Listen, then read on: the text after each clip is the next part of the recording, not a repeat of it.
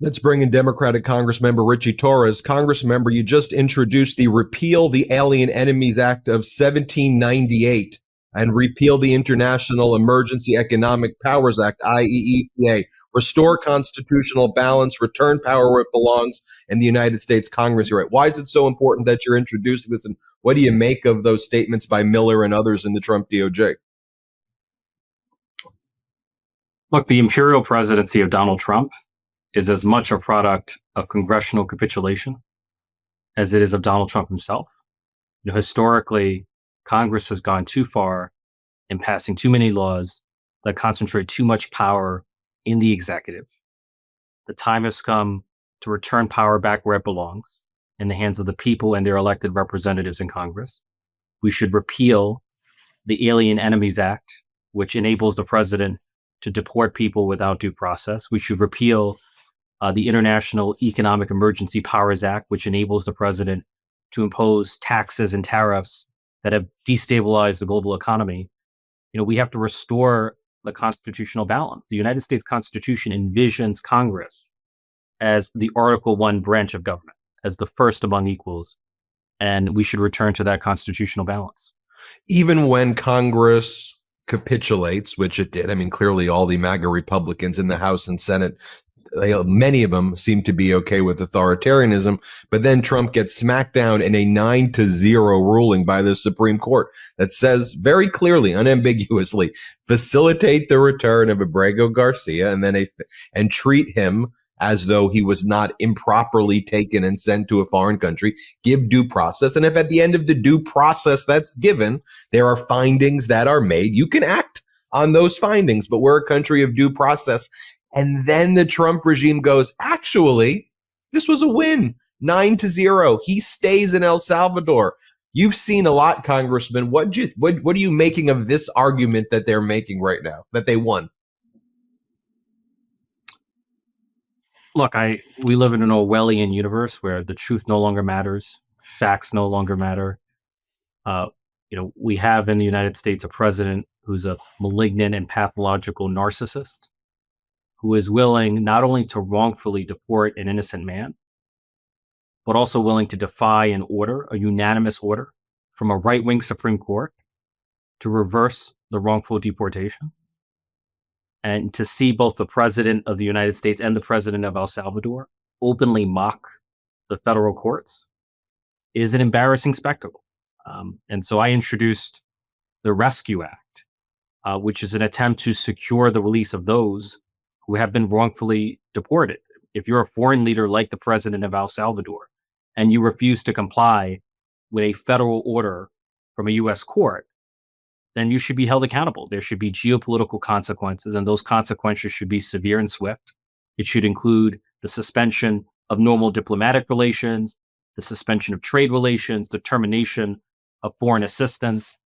We need an enforceable means of defending due process. Of all the abuses of the Trump presidency, there is no greater threat to individual freedom than his frontal assault, his complete contempt for due process, right? We live in a country where the Trump administration can wrongfully label anyone a non-citizen gang member, abduct you in the dead of night, and then render you to a foreign prison to be tortured.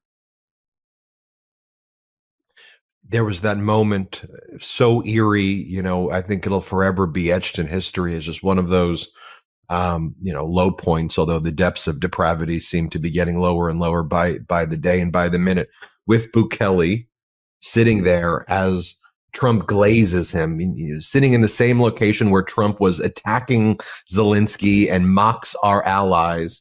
And they were asked a very simple question about following the Supreme Court ruling. And you mentioned it, Bukele's there just mocking our system of justice and due process. How would you expect me to return? Do you expect me? I do not have any power whatsoever. And it was such a mockery of the United States from an authoritarian, from the country of El Salvador, by the way, which its entire GDP is like, while we're attacking all of our allies and attacking all these countries, I mean, El Salvador has a 25% poverty rate. The entire GDP is $35 billion. So great.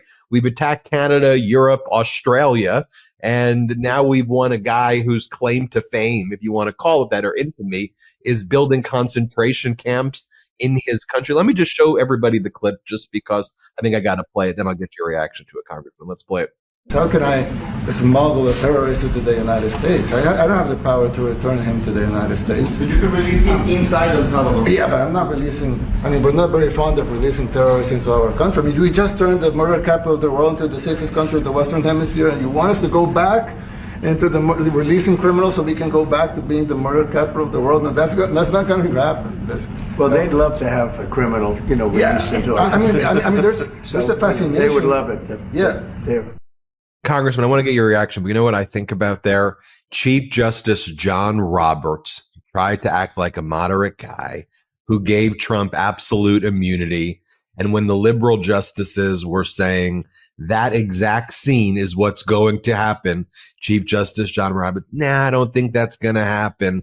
And I could just imagine him watching that after trying to give an off-ramp to Trump in that ruling to save face and do it in the right way, going, yeah, you played me. What do you make of it? Look, I'm recoiling in horror and shock. I no longer recognize my country. We live in a morally inverted universe where the president is treating our friends as enemies and our enemies as friends.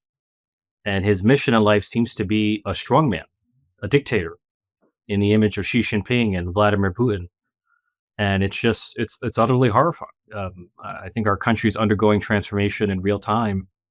But for me, of everything that Donald Trump has done, by far the worst is the frontal assault on due process. There's more language in the Bill of Rights about the rights of the accused, about due process, than there is about any other right. Like the founding fathers recognized that due process is not one right among many. It's foundational to everything else. And Donald Trump is striking at the very foundations of our democracy and our constitutional system. Finally, Congressman, it's been a dark conversation. Any room for hope? I mean, the protests growing. I think the people you're seeing in your district standing up more and more. Where do we go from here? Look, Donald Trump thinks America's a monarchy and he's the king and we're his subjects. And there's been a powerful grassroots movement of Americans from every major city, from every place in this country, sending a powerful message that America's not a monarchy, that Donald Trump is not a king, that we're not his subjects, we are citizens, and we're willing to fight for our democracy. And so the groundswell of resistance to Donald Trump is reason for hope. And I'm hopeful that come 2027, House Democrats are going to be in charge of the House of Representatives. Hakeem Jeffries is going to be the first African-American speaker in American history. And we're finally going to have checks and balances that will rein in the extremes of a Donald Trump presidency. Congressmember Ritchie Torres, thanks for joining us as always. Always a pleasure.